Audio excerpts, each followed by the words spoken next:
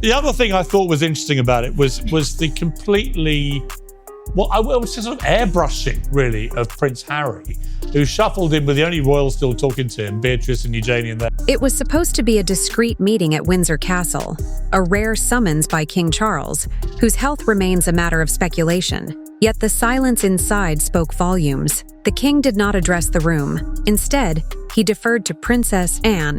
What followed was a bombshell announcement that would alter the royal family's course forever. That jaw-dropping interview that has everyone scratching their heads, why some sources fear Prince Harry is heading for a... Harry and Meghan were to be permanently cut adrift. Their children, Archie and Lilibet, were to be excluded from royal recognition, and their titles informally revoked. What came next wasn't just disappointment, it was devastation. Prince Harry appeared visibly rattled, and this time, the royal door didn't merely close behind him, it was bolted. Meghan, absent, as always. He revealed over the weekend that he's been cut off by his father, King Charles, again, claiming the monarch won't speak to me. This revelation followed Prince Harry's failed legal appeal over his security. Let's start with the silence. King Charles, known for his careful statesmanship, surprised even his closest relatives by choosing not to speak. He did not sit at the head of the table with his usual poise. He leaned back,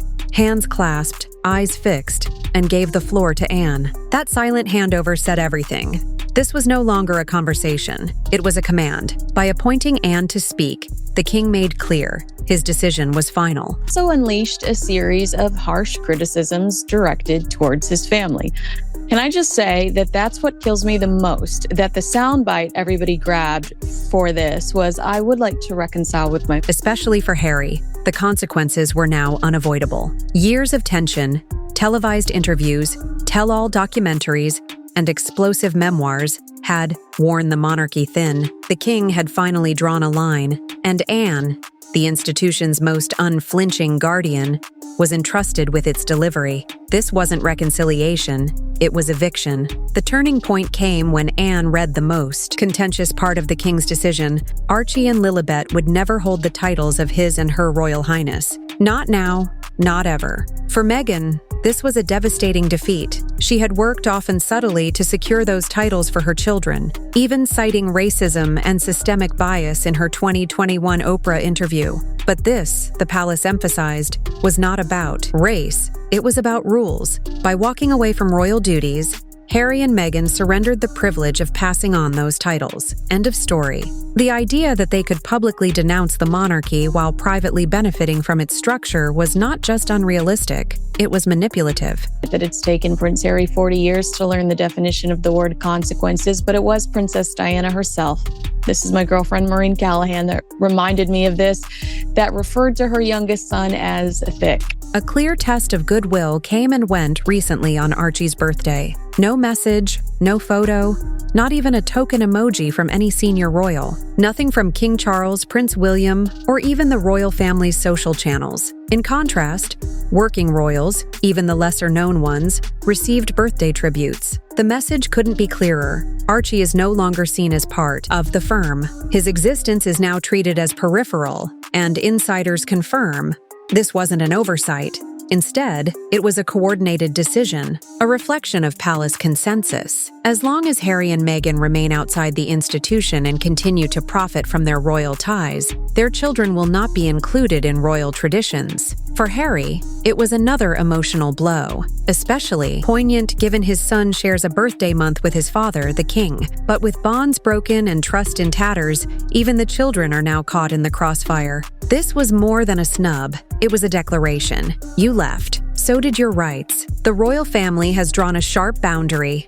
No service, no titles. Well, now in California, the Duchess of Sussex has been making moves and she's hired a brand new chief of staff. Can you imagine needing a chief of staff? No. It's like being the president, isn't it? No.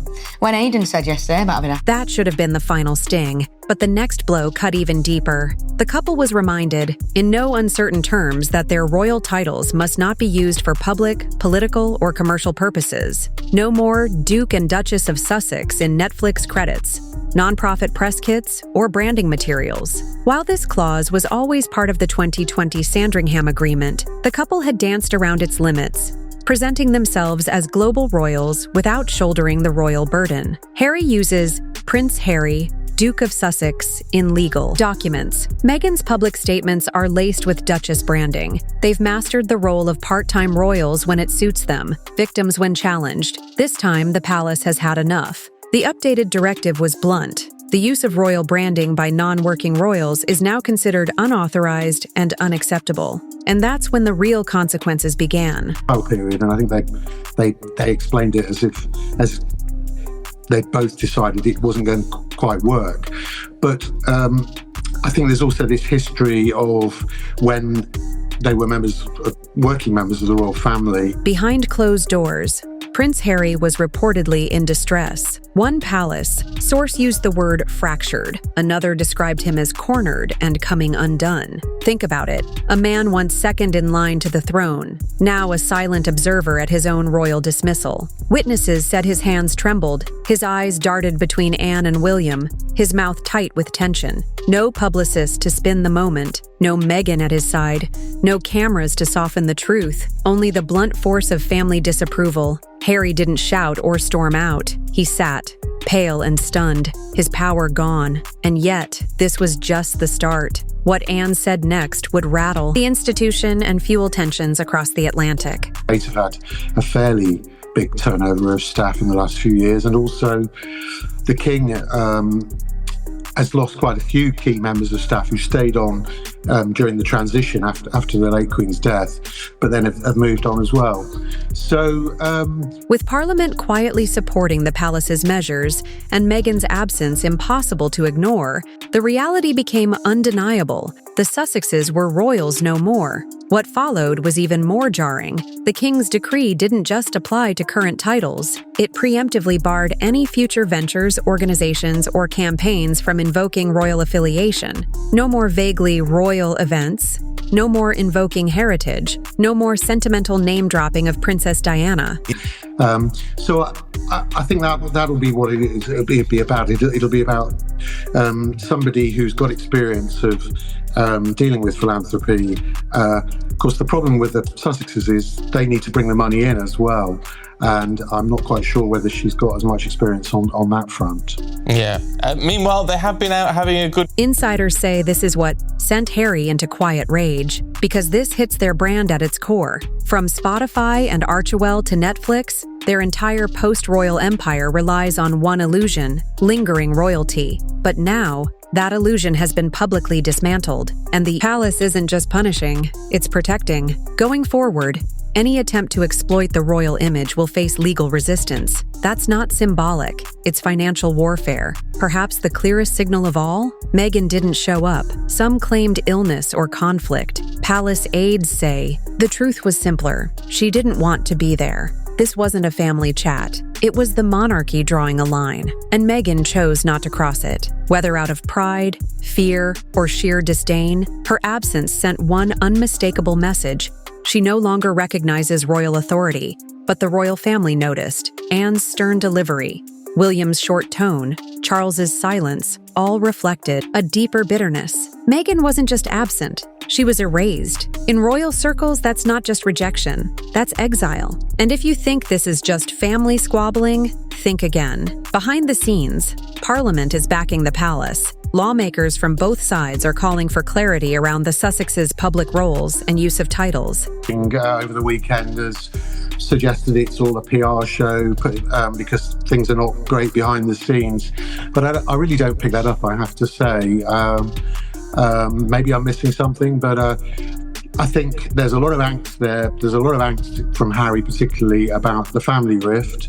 And given their forays into politics, media, and business deals with contentious figures, government officials now seek formal guidelines for royals who walk away. This includes cutting access to public funding, blocking HRH references in global forums, and, most explosively, classifying Harry and Meghan's children as private citizens. This isn't just about protocol anymore. It's about national transparency. And then came the last moment, the heaviest weight of all, carried by Prince William. As Anne concluded the King's message, all attention turned to the heir. For William, this wasn't routine duty. It was the realization that the future of the monarchy rested solely on his shoulders. The idea of Harry returning, of reconciliation, of rebuilding the Fab Four, all gone. Sources say William looked shocked. His jaw was tight.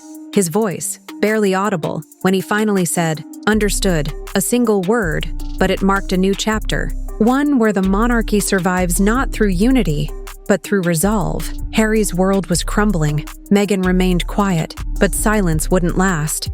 But he was just expressing the fact that he doesn't know what's wrong with his dad. Yeah.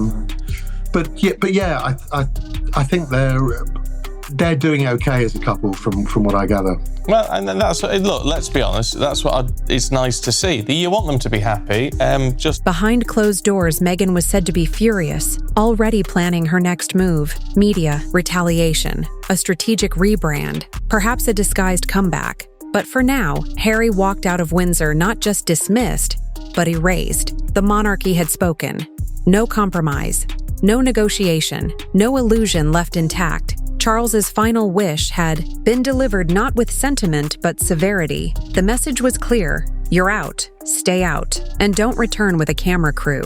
For Harry, the pain was twofold. First, the official rejection of his children's royal lineage. Second, the unmistakable reality that he no longer has a role in the institution he was born into. And once again, Meghan was missing, a quiet but unmistakable message of defiance. And just when the humiliation seemed complete, it got worse. Footage emerged of Harry, confused and distressed, knocking on the wrong door in a private London enclave. The clips spread like wildfire online, becoming instant meme fodder. For the Sussexes, this was no longer just a crisis, it was a collapse. The firm had spoken, Parliament was on board, the public was laughing, and Meghan, furious, behind the gates of Montecito, already calculating the next chapter. But one truth is now impossible to deny. The Sussexes haven't just lost their grip on the royal narrative, they're being erased from the legacy they once tried to own. So the question remains, what happens when two exiles try to fight a crown that has already replaced them? Share your thoughts in the comments below and subscribe for more.